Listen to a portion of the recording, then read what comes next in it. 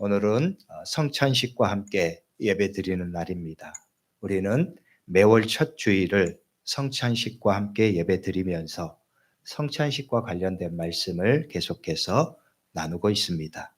성찬의 의미에 대해서 말씀을 나누고 오늘 우리에게 어떤 신앙적인 의미가 이 성찬식을 통해서 있어야 되는지, 우리의 신앙의 자세는 어떠해야 하는지 말씀을 통해서 우리가 나누고 있습니다.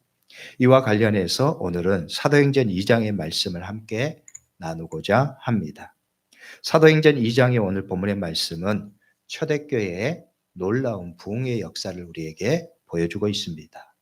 예수 그리스도의 십자가와 부활의 역사를 체험한 제자들과 또 초대교회 성도들이 어떤 변화의 역사를 경험했는지, 그리고 그들을 통해서 초대교회에 어떤 역사가 일어났는지를 보여주는 말씀입니다.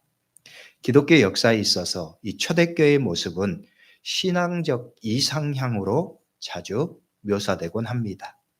초대교회로 돌아가자, 혹은 초대교회의 모습을 본받자라는 말들은 이런 열망이 담긴 말입니다. 여러분, 그러면 이 신앙의 이상향과 같이 묘사되는 초대교회의 모습은 과연 어떤 모습이었을까요? 기독교인들이 초대교회에 관한 신앙적 이상향을 언급하면서 어떤 모습을 그리고 있을까요?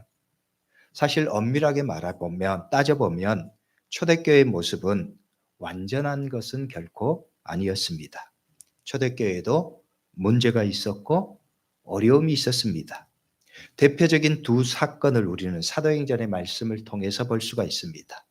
첫째는 사도행전 5장의 아나니아와 삽비라 사건입니다. 은혜 받은 많은 사람들이 자신의 소유를 팔아서 교회에 헌금하고 헌신하는 역사가 일어났습니다. 아나니아와 삽비라 부부는 자신들도 그런 역사에 동참하고 싶었습니다. 아니, 정확하게 표현하면 자신들의 이름도 그 명단에 들고 싶어 했습니다.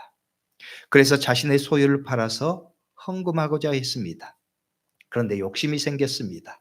아까운 마음이 들었습니다.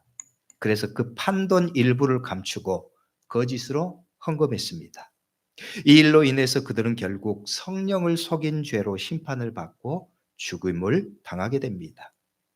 이 일은 은혜로 충만해진 공동체에 적지 않은 충격을 주었습니다.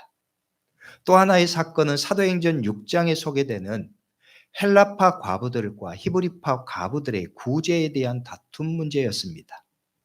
초대교회가 성도들이 헌신한 물질을 가지고 형편이 어려운 과부들에게 구제했습니다. 구제 명단에 그런데 공교롭게 헬라파 유대인들의 명단이 계속해서 빠지고 히브리파 유대인들만 포함되는 것을 불만을 가지고 의혹을 사람들이 갖게 되었습니다. 쉽게 말하면 헬라파 유대인들을 차별한다는 것입니다. 히브리파 유대인들만 챙긴다는 것이죠. 이 다툼은 은혜로 단합된 교회가 자칫하면 분열과 다툼으로 큰 위기를 맞을 수 있는 문제였습니다. 사도들은 이 문제에 대해서 기도하면서 교회의 직책을 만듭니다. 그래서 해결합니다. 집사를 세워서 헌신의 일을 관장하게 한 것이죠. 이 두 가지 일은 초대교회가 모든 면에서 완전한 공동체가 결코 아니었다는 것을 보여주고 있습니다. 초대교회도 문제가 있었습니다. 인간적인 연약함도 또 공동체의 문제도 있었습니다. 초대교회를 신앙의 이상향으로 갈망하는 사람들은 이런 문제를 몰라서가 아닙니다. 이런 문제가 있었던 이 현실을 눈 감고 모른 척하면서 그냥 이상적인 이야기를 하는 것이 아닙니다. 그럼에도 불구하고 기독교인들이 초대교회의 모습을 신앙적인 이상향으로 갈망하고 기도하는 이유가 과연 무엇인가입니다. 그 신앙적인 이유를 우리는 오늘 본문의 말씀을 통해서 볼 수 있습니다. 왜냐하면 오늘 본문의 말씀은 그리스도인들이 초대교회를 통해서 갈망하는 신앙적인 열망과 바람을 정확하게 보여주고 있기 때문입니다. 오늘 말씀은 두 가지 내용으로 요약될 수가 있습니다. 첫째는 베드로와 제자들이 수많은 사람들에게 예수 그리스도의 복음을 증거하고 그 복음을 들은 사람들이 복종하고 결단하면서 예수를 믿게 되었다는 증언입니다. 이 일에 대해서 오늘 말씀 38절로 40절의 말씀은 이렇게 기록합니다. 베드로가 이르되 너희가 회개하여 각각 예수 그리스도의 이름으로 세례를 받고 죄사함을 받으라. 그리하면 성령의 선물을 받으리니 이 약속은 너희와 너희 자녀와 모든 먼 데 사람 곧 주 우리 하나님이 얼마든지 부르시는 자들에게 하신 것이라 하고 또 여러 말로 확증하며 권하여 이르되 너희가 이 패역한 세대에서 구원을 받으라 하니 예수 그리스도의 복음을 증언한 것입니다. 그 결과를 또한 성경은 이렇게 41절의 말씀에 기록하고 있어요. 그 말을 받은 사람들은 세례를 받음에 이날의 신도의 수가 3천이나 더하더라. 그 말을 들은 사람들이 세례를 받았다. 예수 그리스도를 구주로 믿고 신앙을 결단한 것입니다. 그날의 신도의 수가 3천이나 더했다. 수많은 사람들이 복음에 복종하고 믿음을 갖게 된 것입니다. 여러분, 이 말씀의 영적인 의미를 우리가 어떻게 보아야 할까요? 교회가 이만큼 부흥했다. 신도의 숫자가 이만큼 많아졌다. 우리도 그렇게 하자. 우리도 그렇게 만들자. 그렇게 말하는 사람들도 있습니다.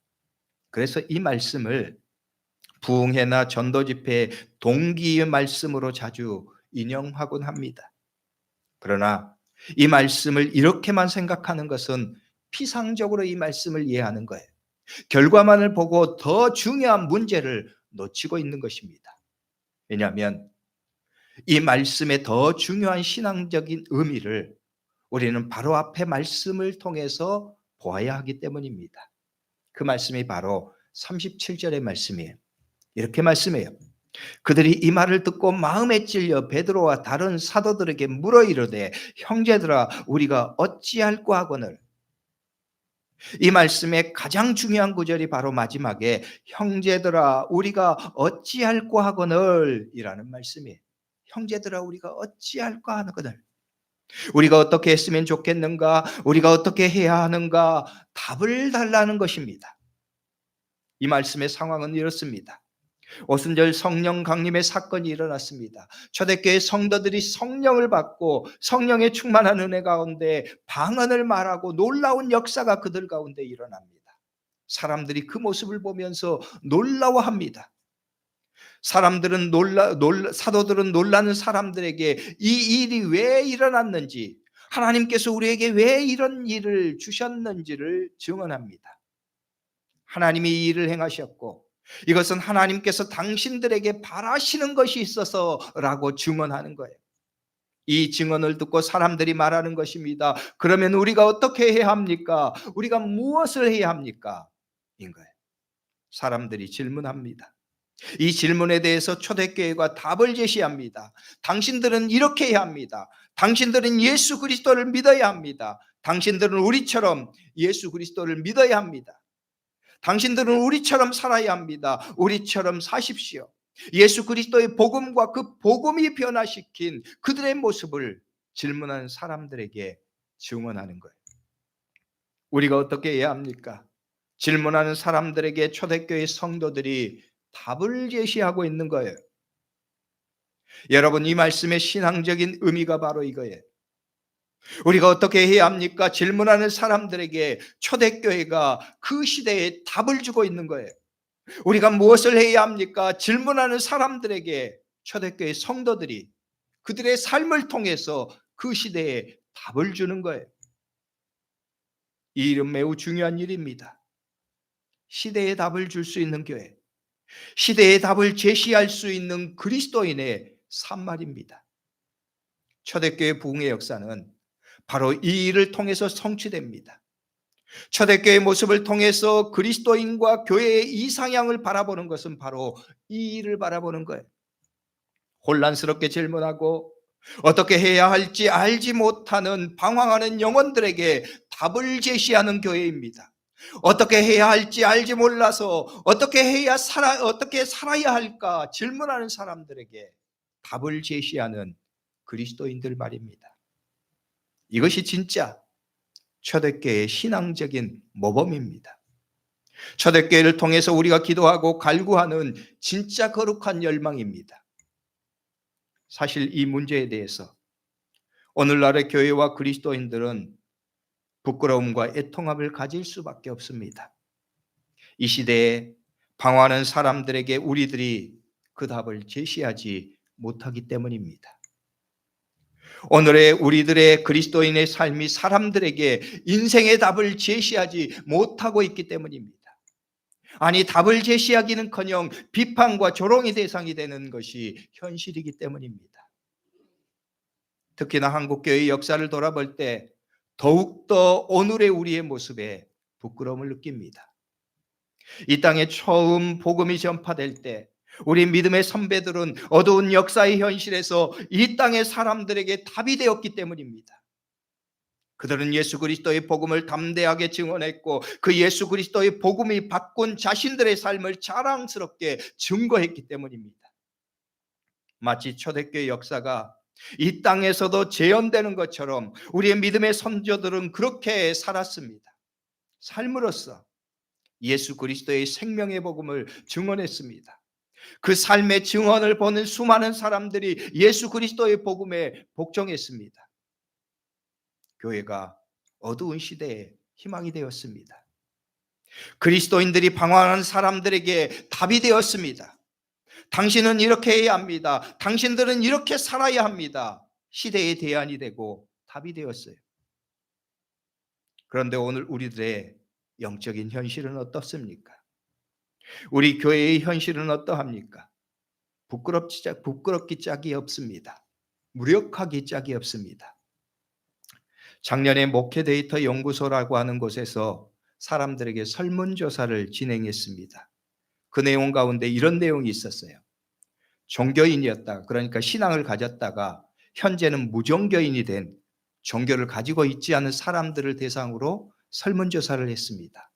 이전에 당신은 어떤 종교를 가지고 있었습니까? 조사했어요. 그 조사 결과 비율이 기독교인은 49%, 카톨릭을 가졌던 사람은 33%, 불교였던 사람은 17%였습니다. 개신교였던 사람이 거의 절반을 차지하고 있는 거예요. 개신교에서 이탈한 사람들이 가장 많은 것이죠. 또한 현재 무종교라고 대답한 사람들에게 그러면 향후에 종교를 가질 의향이 있는지를 물었어요. 21%의 사람들이 그렇다고 대답했습니다. 그 중에 향후에 만약에 믿는다면 당신은 어떤 종교를 선택하겠습니까? 물었습니다. 불교를 선택한 사람이 42%였어요. 카톨릭을 선택한 사람이 33%였습니다. 그리고 기독교를 선택하겠다고 하는 사람이 20%였습니다. 가장 낮았습니다. 나중에 종교를 갖는다고 하면 갖고 싶은 종교에 기독교가 꼴찌를 한 거예요. 이런 원인은 우리 교회와 그리스도인들이 삶의 모범을 보이지 못했기 때문입니다. 그 모습을 보면서 실망한 거예요. 시대의 답이 되지 못하는 교회와 그리스도인들의 어두운 현실입니다. 이런 문제 앞에서 오늘 말씀을 보면 초대교회는 그 시대의 사람들에게 답이 되고 있음을 우리에게 보여주고 있어요. 이를 통해서 교회가 놀라운 영향을 끼치는 역사를 보여주는 것이지요. 그 역사가 함축된 말씀이 바로 37절의 말씀이에요. 그들이 이 말을 듣고 마음에 찔려 베드로와 다른 사도들에게 물어 이르되 형제들아 우리가 어찌할까 하거늘. 그들이 물어 이르되 형제들아 우리가 어찌할까 하거늘. 초대교회 성도들은 말합니다. 당신들은 이렇게 하십시오. 여러분은 이렇게 사십시오. 예수 그리스도를 믿으십시오. 예수 그리스도를 믿고 변화된 우리의 삶을 따라서 당신들은 이렇게 사십시오. 삶으로 증언하는 거예요. 여러분, 우리도 그러해야 합니다. 우리도 예수 그리스도의 생명의 복음 안에서 사람들에게 그렇게 말하고 그렇게 증언할 수 있는 자들이 되어야 한다는 거예요. 그것이 초대교회의 모습을 통해서 우리가 봐야 할 영적인 모범입니다. 오늘 이 말씀이 갖는 영적인 의미예요. 성도 여러분, 여러분도 그러할 수 있기를 주의 이름으로 축복합니다. 우리 교회도 그럴 수 있기를 바랍니다. 그 영적인 갈망을 가지고 말씀을 볼 때 오늘 말씀은 우리에게 중요한 영적인 동기를 보여줍니다. 우리가 보아야 될 말씀이 42절의 말씀과 46절의 말씀이에요. 먼저 42절의 말씀을 보면 이렇게 말씀하죠. 그들이 사도의 가르침을 받아 서로 교제하고 떡을 떼며 오로지 기도하기를 힘쓰니라. 그들이 사도의 가르침을 받았다. 예수 그리스도의 복음의 말씀을 듣고 훈련받은 것입니다. 그 말씀을 따라서 서로 교제하며 떡을 떼며 오로지 기도에 힘썼다 말씀합니다. 여기서 서로 교제하며 떡을 뗐다는 말씀은 단순하게 음식을 먹으면서 인간적인 교제를 했다는 말씀이 아니에요. 떡을 떼며 교제했다는 것은 거룩한 만찬을 나눈 것입니다. 성만찬을 가진 거예요.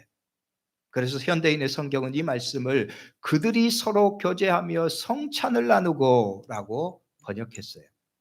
또한 46절의 말씀도 이렇게 말씀해요. 날마다 마음을 같이하여 성전에 모이기를 힘쓰고 집에서도 떡을 떼며 기쁨과 선절한 마음으로 음식을 먹고, 날마다 마음을 같이해서 성전에 모이기를 힘썼다 말씀하죠. 또한 집에서 떡을 떼며 기쁨과 순전한 마음으로 음식을 먹었다. 이 말씀을 현대인의 성경은 이렇게 번역했어요. 그들은 한 마음으로 날마다 성전에 모이기를 힘쓰고 집집마다 돌아가면서 성찬을 나누고 기쁨과 진실한 마음으로 함께 식사하며, 한 마음으로 날마다 성전에 모이기를 힘썼다. 또한 집집마다 돌아가면서 성찬을 나누고 기쁨과 진실한 마음으로 함께 식사했다. 여기서 집집마다 돌아가면서 성찬을 나누었다는 말씀은 당시의 상황을 반영한 말씀입니다. 두 가지 상황이었어요. 첫째는 초대교회 당시에는 아직 성만찬이 교회의 공식적인 예전으로 자리 잡기 전입니다. 그래서 성도들이 함께 모이는 곳이면 그들은 함께 성만찬을 행했습니다. 지금은 성만찬이 교회의 공적인 예전으로 자리 잡아서 공적인 예배의 자리에서 공적인 예배를 통해서 행해지지만, 당시에는 신앙 공동체 어디서나 함께 모여서 예수님의 말씀을 따라서 예수님의 십자가 고난과 죽으심 그리고 부활을 기념하면서 성만찬을 행한 거예요. 그리고 또 한 가지 상황은 당시 초대교회 교회 공동체에는 아직 공식적인 건물이 없었습니다. 그리스도인들은 가정에서 모였어요. 가정교회를 이루고 있었습니다. 그래서 집집마다 돌아가면서 성찬을 했다는 말씀은 가정교회로 모여서 예배하면서 성만찬을 행했다는 거예요. 가정이라는 자리에서 공적 교회로 모여서 예배하면서 성만찬을 행한 거예요. 중요한 것은 이것입니다.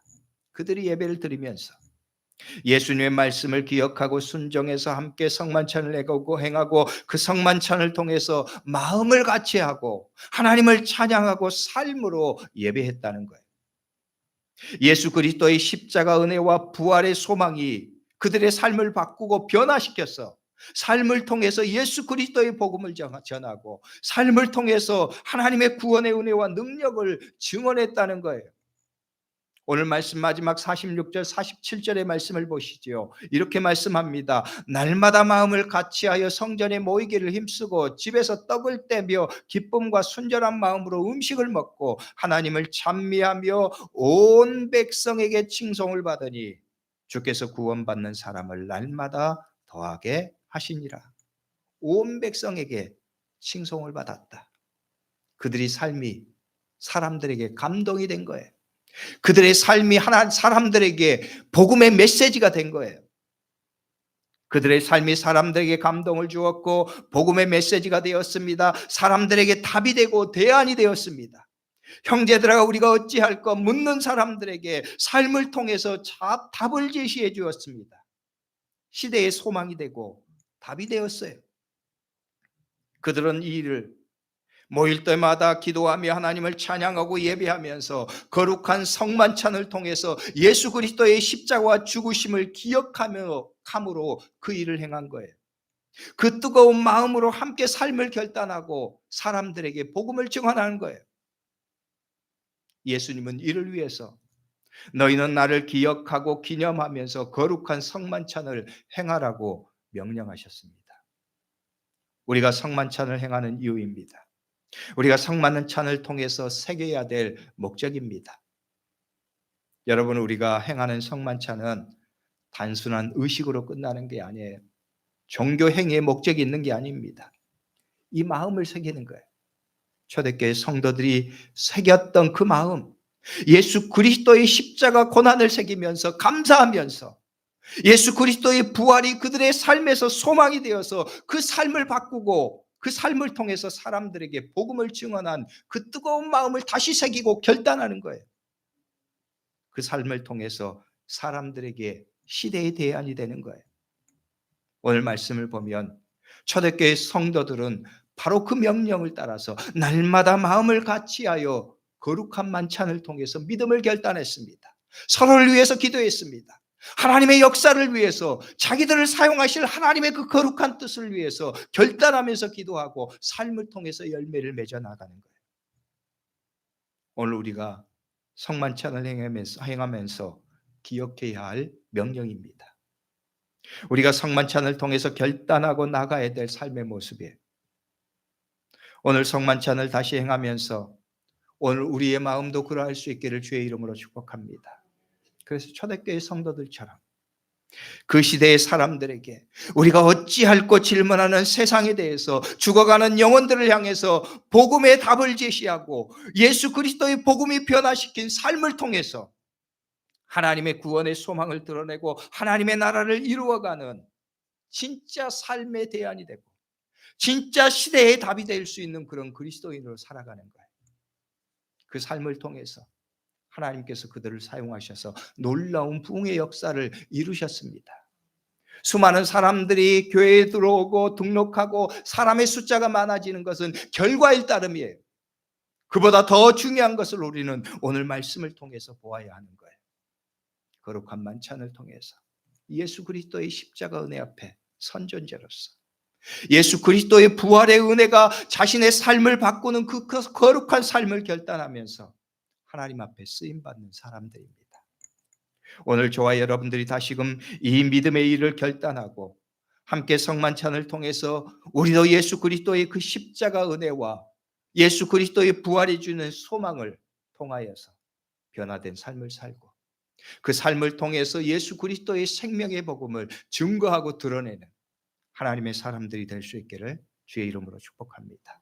기도하겠습니다. 기도할 때 오늘 말씀을 붙들고 우리 다 같이 통성으로 잠깐 기도하죠. 하나님, 우리도 초대교회 성도들처럼 우리가 어찌할꼬 질문하는 사람들에게 우리의 삶이 답이 되게 하여 주옵소서. 우리가 증거하고 우리가 살아가고 우리가 믿는 복음이 아버지 하나님 이 시대에 답이 될 수 있는 그런 삶을 우리가 살게 하여 주시옵소서. 하나님, 우리에게 믿음을 더하여 주시옵소서.